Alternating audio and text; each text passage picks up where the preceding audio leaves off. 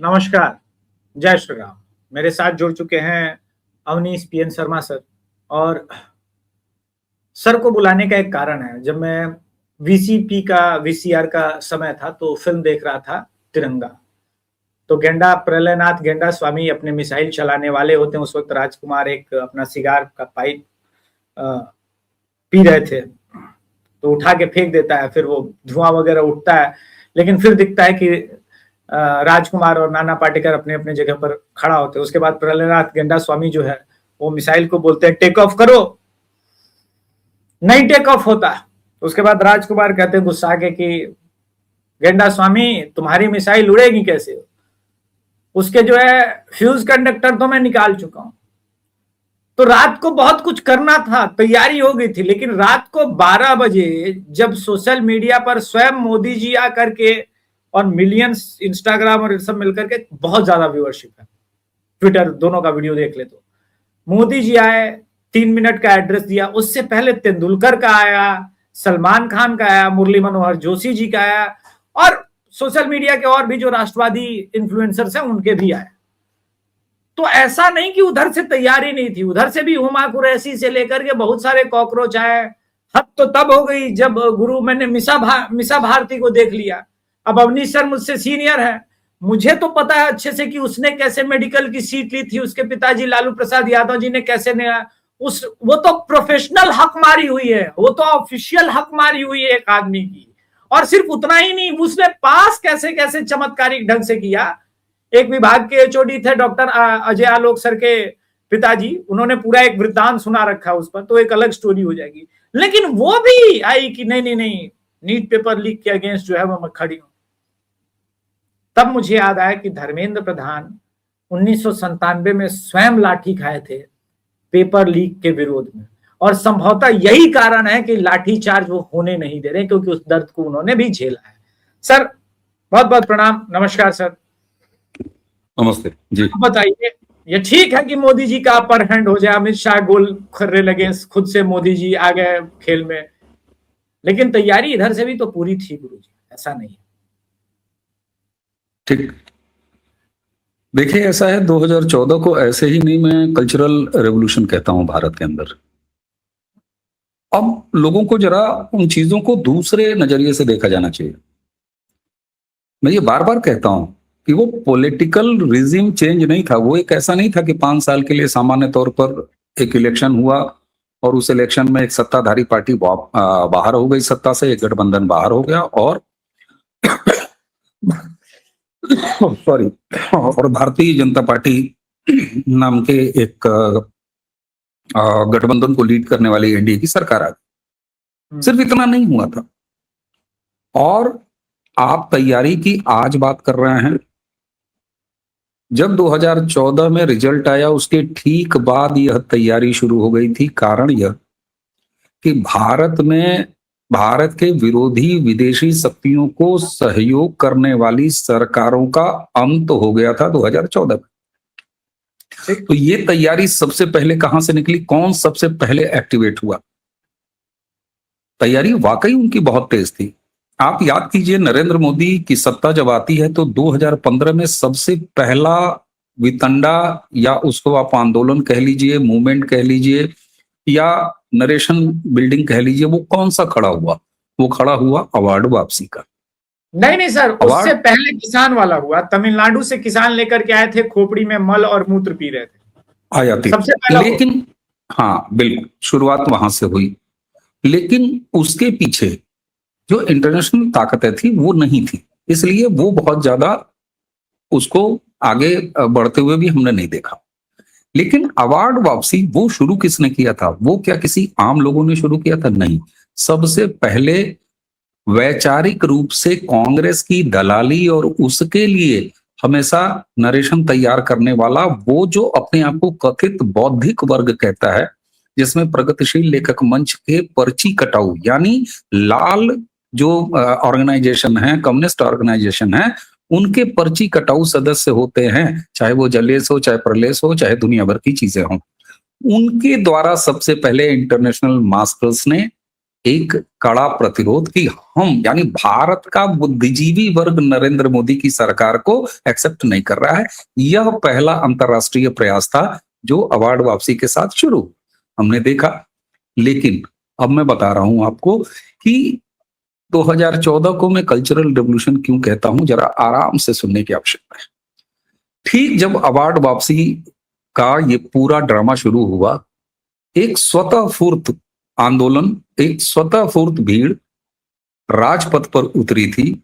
जब जेएनयू का कांड हुआ था, जेएनयू में जब आपत्तिजनक नारे लगे थे देश के लिए, टुकड़े टुकड़े गैंग के लिए और इन तमाम चीजों के लिए, जिसमें अवार्ड वापसी से लेके और जेएनयू के सामने हजारों लोग, किसी ऑर्गेनाइजेशन ने कॉल नहीं किया, किसी पार्टी ने कॉल नहीं किया, किसी काकरोच जनता पार्टी जैसा कोई संगठन नहीं बना, बने वो सोशल मीडिया में, लेकिन वो मूवमेंट भी फेसबुक और सोशल मीडिया से खड़ा हुआ था।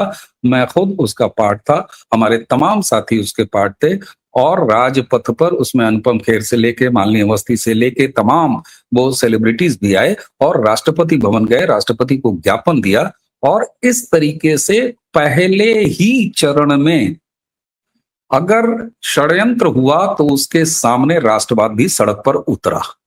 ये याद रखें, ये इतिहास बड़ा जरूरी है क्योंकि 10-12 साल पुरानी बात है, इसलिए लोगों को याद है। हमें याद, क्योंकि हम इनिशिएट किया, हम वहां थे, सड़क पर उतरे। अब सवाल ये होता है कि ये प्रयास लगातार जारी रहा ना।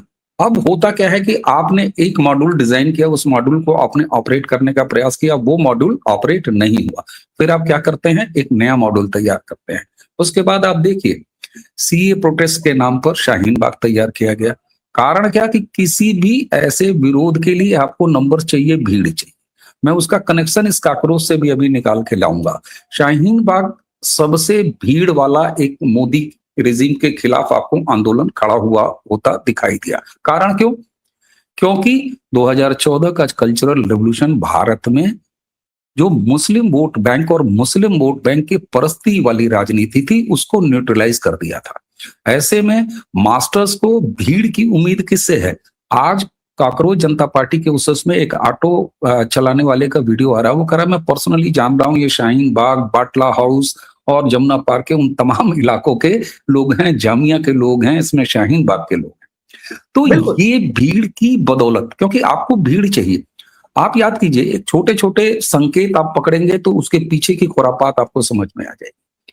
राहुल गांधी ने ट्वीट किया था नेपाल के बाद, नेपाल के बाद उसमें एक युवा की तस्वीर, जिसमें जो उसका पाजामा या पैंट जो भी ग्राफिक बनाया गया था वह एड़ी से ऊपर था। एड़ी से ऊपर यानी बड़े भाई का पाजामा, छोटे भाई का कुर्ता, बड़े भाई का कुर्ता और छोटे भाई का पाजामा, याद कीजिए। और नीचे लिखा क्या था? स्टूडेंट्स, जेनजी और वो तमाम लोग सड़कों पर निकलो। रिप्रेजेंटेशन फोटो से किसका था? आप सीजेपी में देखिए, नाम रहेगा अल्लाह का और दूसरी तरफ सीता मां का अपमान। यानी भीड़ की उम्मीद उन्हें किससे है? भीड़ की उम्मीद उन्हें मजहबी लोगों से है, दंगाइयों से है, जिनका स्वभाव पत्थर चलाना है, जो पत्थर चलाना सटीक ढंग से जानते हैं। इसकी बदौलत लगातार मास्टर्स ने ये खड़ा करने का प्रयास किया। लेकिन मैंने अभी आपको बताया कि जब अवार्ड वापसी और जेएनयू का पहला, जिसमें नरेंद्र मोदी, नीम के पत्ते कड़वे हैं, नरेंद्र, और उसमें से ये कन्हैया कुमार से लेके शर्जील इमाम और वो तमाम आज भी सबको याद है, वहां से लेके अब तक उनके केवल कलेवर बदले, तैयारी पूरी तरह से थी। हर बार राहुल गांधी रिप्रेजेंटेशन कर रहे हैं, कभी प्लान बना के आ रहे हैं, और दो तरह से ये आक्रमण होते थे, सड़क और संसद। संसद में राहुल गांधी ने ये जिम्मा संभाला मास्टर्स के बिहाफ से अपने, और सड़क पर ये इस तरह के कवायदे, कभी किसान आंदोलन के नाम पर, कभी सीए प्रोटेस्ट के नाम पर, और अब नीट के पेपर लीक के बाद। तो ये बिल्कुल एक सेट पैटर्न है जिसमें ये चेहरे, अब होता क्या है कि भाई कई बार क्या होता है कि नाटक जब आप खेलते हैं, क्योंकि मैं थिएटर से आता हूं और मैंने संगीत नाटक अकेडमी के लिए एक नाटक किया था, जिसमें वो ब्रेख्त का थिएटर था, 3 पेनीज ओपेरा, उसका एडेप्टेशन हुआ 2 कौड़ी का खेल। उसमें 2 घंटे का वो ड्रामा, और मेरा जो लीड कैरेक्टर था वो 46 बार 2 घंटे में कपड़े चेंज करता था। उसकी एक तैयारी होती है। यह केवल और केवल एक ही टोन के ये सारे विद्रोह हैं, मास्टर्स द्वारा हैं। और इसमें व्यवस्था उन्होंने की कि संसद में राहुल गांधी उत्पात करें, कभी राफेल के नाम पर, कभी पेगासस के नाम पर, कभी वो एक और कौन सा आया था, थंडरबर्ग या कौन सा हिंडरबर्ग रिपोर्ट के नाम पर। तो ये आप देखेंगे बिल्कुल एक क्रमिक रूप से सामने चलता जा रहा है। तो मेरे लिए या मेरी नजरिए में ये कोई नई और बड़ी तैयारी नहीं है। कारण ये कि भारत में आपको कोई आंदोलन या दुनिया में कहीं भी कोई आंदोलन खड़ा करने के लिए आपको सरकार के प्रति गुस्सा चाहिए। आप यूपीए 2 का याद कीजिए, भले अन्ना आंदोलन से एक महापाप केजरीवाल जैसा निकला, वो अलग बात है, लेकिन अन्ना ने निश्चित रूप से देश में उस समय गुस्सा था, सरकार के प्रति क्रोध था, उसको कैपिटलाइज किया और तब जाके ये आंदोलन इतना बड़ा हुआ। हालांकि अरविंद केजरीवाल का नाम का एक पाप उससे बाहर निकला। सवाल ये होता है कि क्या 2014 से तीसरी बार रिपीट हो रही इस सरकार के खिलाफ गुस्सा है या गुस्सा पैदा किया जा सकता है? नहीं पैदा किया जा सकता। अब मैं दिखा रहा हूं, प्रयास तो हो रहा है। कैसे हो रहा है वो मैं दर्शकों के साथ शेयर करूंगा। मैंने कल भी इस पर बात की है और शेयर किया है। देखिए सर, होता क्या है ना कि हमें लगता है कि वो प्रयास नहीं, अगर आप ध्यान से देखेंगे तो करना क्या है, डाउनलोड मैप करना है, ऑफलाइन मैप करना है, फिर प्रोटेस्ट कैसे करना है। प्रोटेस्ट में करने के लिए आपको मास्क लगाना है, प्रॉपर ढंग से प्रिपेयर। ऐसा नहीं है कि मैंने इस पे पहले भी बात की है दर्शकों के साथ, लेकिन इंपॉर्टेंट यह है कि इस बार लास्ट टाइम ये प्रिपेयर नहीं थे जब दिल्ली दंगा 2020 हुआ था। इस बार ये प्रॉपर असिस्टेंस और इसके साथ प्रिपेयर है। मैं ये कह रहा हूं, ये ठीक है कि मोदी और अमित शाह जी को स्वयं सामने आना पड़ा, क्योंकि वो संभवतः ये नहीं चाहते कि इस टूल किट के चक्कर में कोई आम, चूंकि इंस्टाग्राम का एल्गोरिदम सेट किया जा रहा है, तो कोई आम युवा ट्रैप में आकर के फंसे और वो इनका शिकार हो जाए। जी बिल्कुल, आपने कहा ये सारी तैयारियां उनके पास बिल्कुल हैं, हर बार तैयारियां रही हैं। समय के साथ वो अपने आप को और पॉलिश कर रहे हैं, निश्चित तौर पर कर रहे हैं। उनके पास संसाधन है। हालांकि एफसीआरए के बाद ये सारा विरोध, आप मुझे बताइए, ये चर्च के फादर, चर्च के मौलाना क्यों निकले सड़कों पर? ये साफ तौर पर हम लोग पिछले एक हफ्ते से बात कर रहे हैं कि दरअसल ये चोट कहीं और है, दर्द कहीं और दिखाया जा रहा है। ये तो अब साफ हो चुका है। चलिए इनके मोडस ऑपरेंडी पे आते हैं। बहुत महत्वपूर्ण विषय आप उठाया कि ये दिनों दिन अपने आप को पॉलिश करते जा रहा है। कारण क्या है भाई? जब आप विद्रोह होने की स्थिति का स्तर यानी उसकी क्वालिफिकेशन का पैमाना बढ़ाते जाएंगे, भाई आपने एक पत्थर मारा, राष्ट्रवादी सरकार को कुछ नहीं हुआ, बट नेचुरल अगली बात, आप 2 पत्थर लेके आएंगे, 3 लेके आएंगे, उसके बाद कोशिश करेंगे रॉड आए और कुछ चीजें आए, गुलेल आए, इस तरह की चीजें आए। तो मैं ये कह रहा हूं कि स्वभावगत और ये बड़ा नेचुरल है कि किसी भी सरकार के खिलाफ विद्रोह या आंदोलन तब खड़ा होता हो जब गुस्सा पैदा किया जा सके, गुस्सा हो भरा हो, उसको आप कैपिटलाइज करते हैं। तो गुस्सा क्या है? क्या वो एलिमेंट है? इनके लाख प्रयासों के बाद भी मैं कह रहा हूं, इनकी इतनी तैयारी के बाद भी क्यों नहीं संभव हो पा रहा है? और एक चीज मैं और आपको बताऊं, किस पीढ़ी में या किस दौर में नेगेटिव एलिमेंट्स नहीं रहे? हर दौर में रहे हैं। हमारे आपके दादाजी रहे हो ना, उस समय भी लहकट, लफंगे, लोफर इस समाज में मौजूद। नीट पेपर में 15 लोग गए हैं, जेल में हैं, तिहाड़ में हैं। वो कौन लोग हैं? वो हमारे आपके समाज के हिस्से हैं। गार्जियंस हैं, टीचर्स हैं, जिन्होंने लीक कराया, अधिकारी हैं, जिम्मेदार हैं, ये समाज में है। तो इस तरह के भ्रष्ट आचरण वाले भी समाज में हमेशा रहे हैं, लुच्चे लफंगे भी रहे हैं। क्या इंदिरा गांधी के सपोर्ट में प्लेन हाईजैक नहीं किया गया था? इससे बड़ी घटना हो सकती है क्या कोई? भोला पांडे ने, जरा गूगल करें, जो नई उम्र के हमारे साथी हैं, जरा गूगल करिए, भोला पांडे ने क्या किया था। बाद में टिकट भी मिला, परिणाम भी, बाद में टिकट मिला, राजनीति चमकी। तो इस तरह की घटनाएं हुई हैं। अटल बिहारी वाजपेयी जी जब थे तो एक ऐसी ही मांग को लेकर लखनऊ के अमौसी एयरपोर्ट से रुमाल में टेनिस बम डाल के कहा बम, और उस तरह की घटनाएं हुई। तो कोशिशें ये तमाम होती हैं। मैं फिर आपसे कहूंगा कि दरअसल ये हर पीढ़ी में लुच्चे लफंगे लोफर हैं। आज हमको, आपको और तमाम लोगों को ये बड़ा दुख हो रहा है कि ये कौन सा जेनजी है जो इस तरह की अभद्र भाषा बोल रहा है। भाई ये हर दौर में रहा है, फ्लेवर बदला है सिर्फ।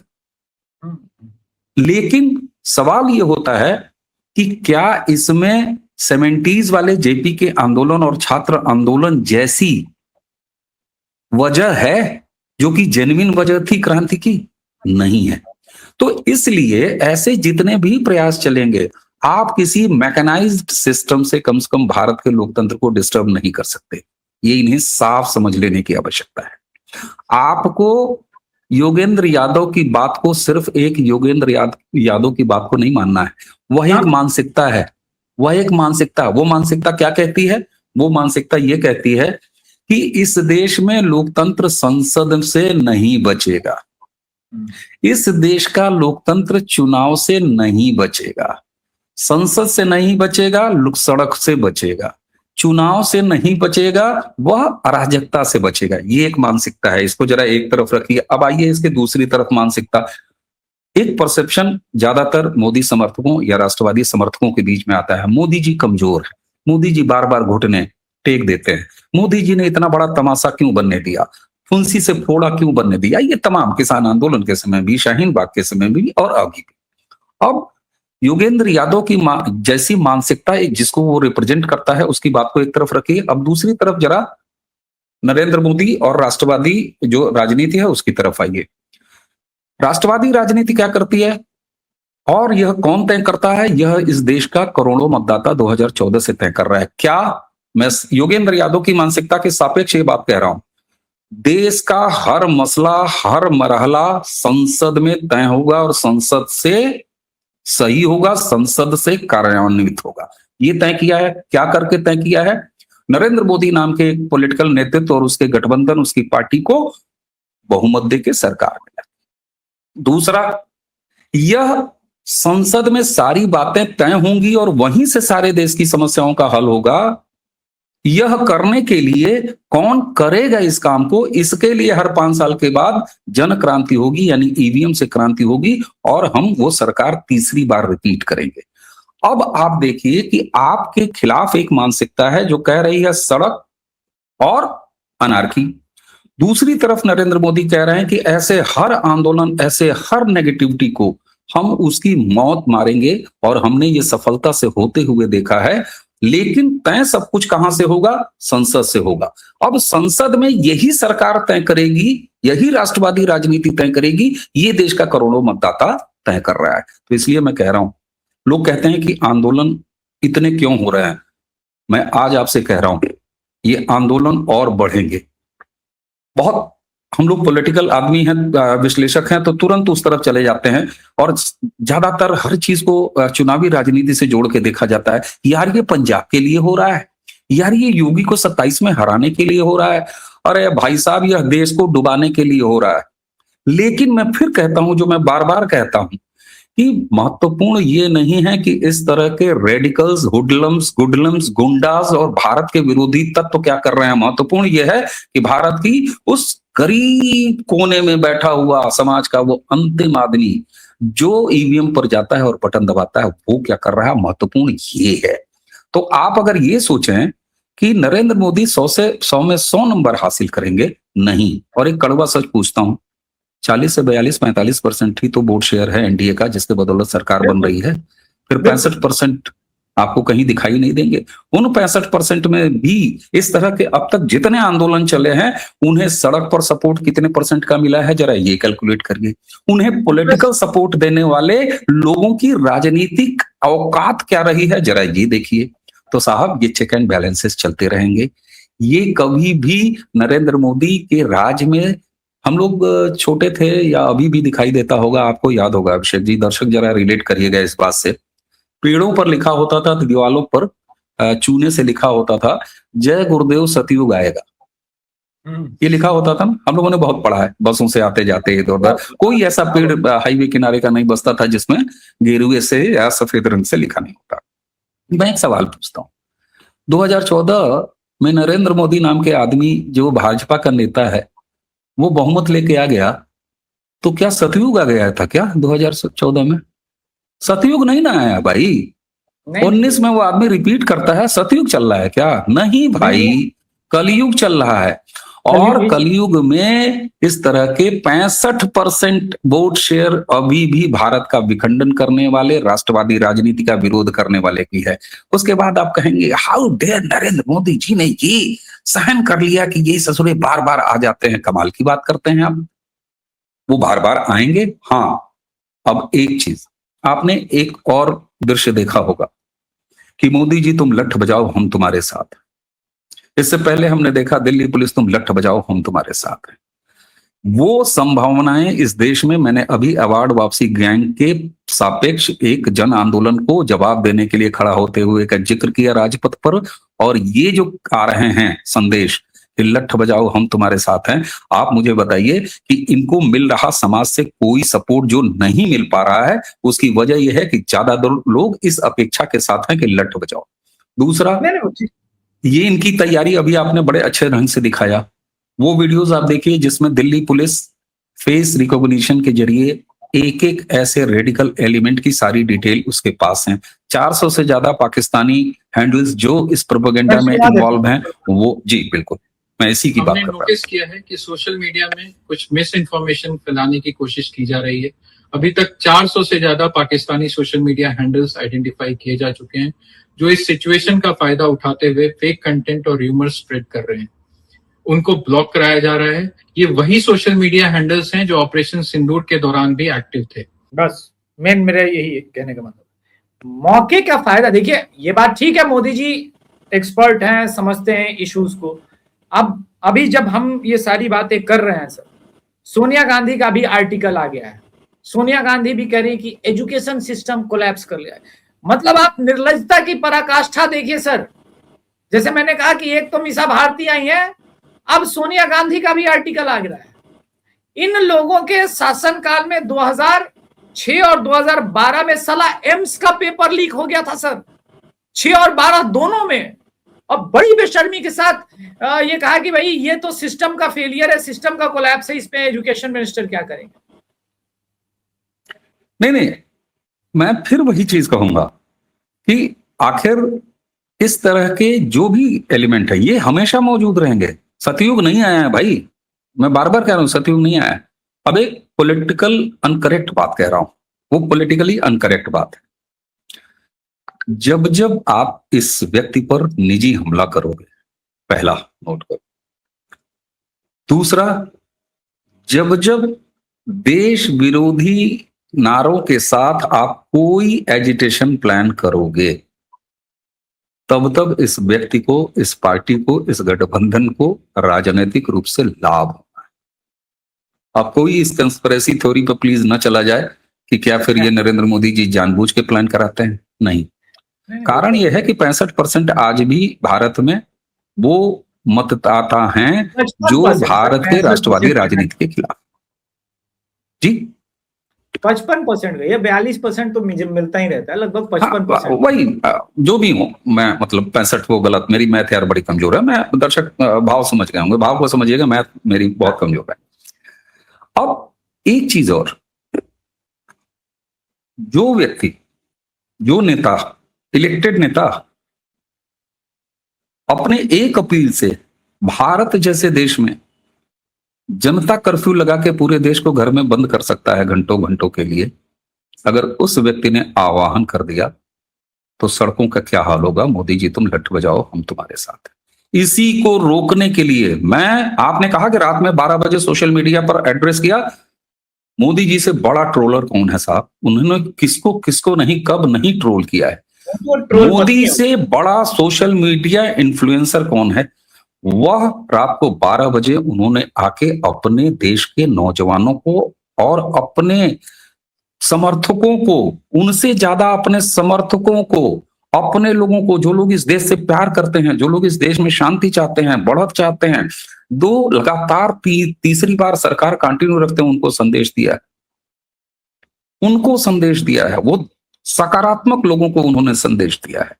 बाकी इस देश में कोई षड्यंत्र विफल हर 5 साल में ईवीएम पर जाके जनता कर दे रही है। आंदोलन की, सरकार विरोधी आंदोलन की कोई केमिस्ट्री इस समय नहीं मौजूद है। कारण क्या है? डिलीवरी। घर में पानी पहुंच रहा है, आयुष्मान का कार्ड मिल रहा है, सड़कें आप देख रहे हैं, विकास आप देख रहे हैं, भारत का सांस्कृतिक विकास देख रहे हैं, यह सब कुछ वह पा रहा है, डिलीवर हो रहा है। और आप बात करते हैं रिजिम चेंज की, मैं आपको दूसरी तस्वीर दिखाता हूं साहब।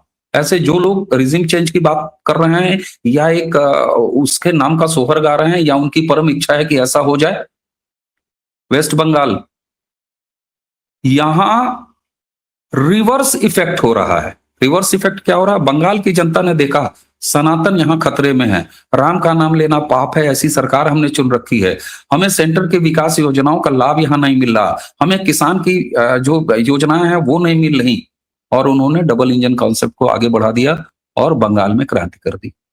तो एक तरफ आप देश में रिजिम चेंज और दूसरी तरफ डबल इंजन सरकारों द्वारा ये डिलीवर करने की पॉलिटिक्स का लगातार आगे बढ़ना, इसी सॉलिड ग्राउंड पर मैं फिर कह रहा हूं कि वह बारूद जो क्रांति पैदा कर सकती है, सरकार के विरोध में कोई मूवमेंट खड़ा कर सकती है, वो तत्व मौजूद नहीं है। और जब मौजूद नहीं है ना, तो फिर आप आसमानी तरीकों से और इस तरह के भद्दे तरीकों से कम भारत जैसे देश में कोई लोकतंत्र के खिलाफ मूवमेंट खड़ा नहीं कर सकते।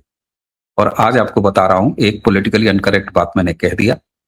बहुत सारे लोग कहेंगे कि आप कह रहे हैं कि बीजेपी को लाभ मिल जाएगा। जी हाँ, कह रहा हूं, आगे आएगा रिजल्ट तो देख लीजिएगा, जो भी चुनाव आए वो भी देख लीजिएगा। उत्तर प्रदेश भी लोग देख लें और पंजाब भी लोग देखें, जरा ध्यान से देखें। इसी के साथ एक चीज और मैं कहूंगा, सड़क से लेकर संसद तक आप एक ही मानसिकता को जब रिप्रेजेंट करेंगे, उसको अब आदत हो गई है, देश 2 मिनट में डिकोड कर लेता है। आप चिल्लाते रहिए ये नीट के छात्र हैं, जनता जानती है कि नहीं है। आप चिल्लाते रहिए ये किसान हैं, जनता जानती थी ये मंडी माफियाओं के दलाल हैं। और नरेंद्र मोदी और उनकी सरकार भी जानती है कि यह षड्यंत्र बड़ा है और बार बार होगा। कारण ये कि छाती पर मूंग दल के ये सरकार लगातार तीसरी बार रिपीट हो रही है। डबल इंजन सरकारों का दायरा बढ़ता जा रहा है। आपने सीआईए के सबसे बड़े कन्वर्जन के सबसे बड़े सेंटर वेस्ट बंगाल को ध्वस्त किया है। ऐसे ही नहीं ट्रंप ने मोदी को बधाई दी थी बंगाल जीत की, ऐसे ही नहीं विदेश मंत्री सीधे लैंड होता है कलकत्ता। इस सबके पीछे एफसीआरए ही है और उसको नीट के छात्रों के माध्यम से बाहर लाया। अब सकारात्मक क्या है? नरेंद्र मोदी न्यूट्रलाइज कैसे करते हैं? डिलीवरी से न्यूट्रलाइज करते हैं। हम लोग बार बार कहते हैं, देख रहे हैं हम लोग। अब आज जिस समय दर्शक ये वीडियो देख रहे होंगे, नरेंद्र मोदी की कैबिनेट, कैबिनेट में क्या क्या प्रपोज्ड है? कैबिनेट में नीट या पेपर लीक के लिए फास्ट ट्रैक कोर्ट्स ये प्रपोज्ड है। एक विधेयक इसी सत्र में वो प्रपोज्ड है। एक आयोग जो हमेशा हमेशा के लिए भारत में किसी भी पेपर लीक की संभावनाओं को बंद कर सके, उस दिशा में काम कर सके, वो प्रपोज्ड है। फास्ट ट्रैक कोर्ट क्यों प्रपोज्ड है? क्योंकि 15 से ज्यादा लोग जो अभी तिहाड़ में हैं उनकी वहां पर सुनवाई हो और जल्द से जल्द सजा हो। तो एक तरफ इस तरह की राजनीति और दूसरी तरफ डिलीवरी की राजनीति और तीसरी तरफ Narendra Modi as biggest social media influencer, उन्होंने आके सिर्फ ये भाव जगाया है कि लठ पुलिस चला लेगी, आप बाहर मत निकलना, क्योंकि जनता कर्फ्यू में जो आदमी अंदर कर सकता है लोगों को, वो बाहर भी कर सकता है। ये संकेत जी। चलिए, उम्मीद करेंगे कि मंडे को सदन चले, सोमवार को सदन चले। जिस प्रकार से जेपी नड्डा से लेकर के प्रधानमंत्री नरेंद्र मोदी, अब तो सोनम वांगचुक का फास्ट भी टूट ही चुका है, ये भी पुरानी बात हो गई अब तो, अभी जब ये वीडियो आ रहा है। लेकिन एक बात मैं हमेशा एक बात कहूंगा नरेंद्र मोदी के संदर्भ में कि जब भी लोगों को लगता है कि नरेंद्र मोदी कमजोर हैं तो वो और निखर के आते हैं। हाँ, मैं भाईजान लोगों से एक बात सॉरी बोलना चाहता हूं। मैं जानता हूं कि आपका सब्र टूट रहा है, सब्र का बांध टूट रहा है, बार बार आप ये कर रहे हैं। इस बार भी आप बहुत शाहीन बाग की तरह वेल ऑर्गेनाइज्ड आए हैं, पहले से ज्यादा पैसे के साथ आ रहे हैं, सेव भी बढ़ रहा है 300 रुपए केजी। हाँ, कुछ लोग का भला होगा, कुछ भूखे पेट लोग सोएंगे, एक बगल में चांद होगा, एक बगल में रोटियां। आज के संस्करण में इतना ही। कृपया चैनल को सब्सक्राइब करें, वीडियो को लाइक करें, और इसी प्रकार से जो लोग रो रहे हैं उनके रोने पर यार आप लोग मीम बहुत बनाते हैं, वो कम कीजिए। उनका रोना आप लोग कैसे देख लेते हैं यार उनको रोते हुए? मेरे तो खुद की आंखों से एक बार फील होता है कि यार नहीं, आंसू बर्दाश्त के बाहर की चीजें होती है। शेख सजदे कर रहा है और खुदा कबूल नहीं कर रहा है। दिक्कत तो ये है, हर 12 साल से लगातार कर रहा है, हर फ्राइडे कह रहा है। अल्लाह पाक यार मोदी जी को हटाओ, वो नहीं हट रहे। चलिए, अभिषेक एक लाइन याद आ रही है, एक लाइन याद आ रही है। आप चूंकि अब अंत में थोड़ा बहुत सहज और सरल बात कर रहे हैं, 2 लाइनें याद आ रही हैं, बता देता हूँ जी। सैयद का बच्चा और शेख के साथ, सैयद का बच्चा और शेख के साथ, अरे मियां इज्जत हमारी जा रही है। सोचो सोचो। नहीं, बिल्कुल सही बात है। तो आज के संस्करण में इतना ही। धन्यवाद। जय श्री राम, हर हर महादेव। दोनों चैनल को प्यार दीजिए, सब्सक्राइब कीजिए। धन्यवाद। नमस्कार।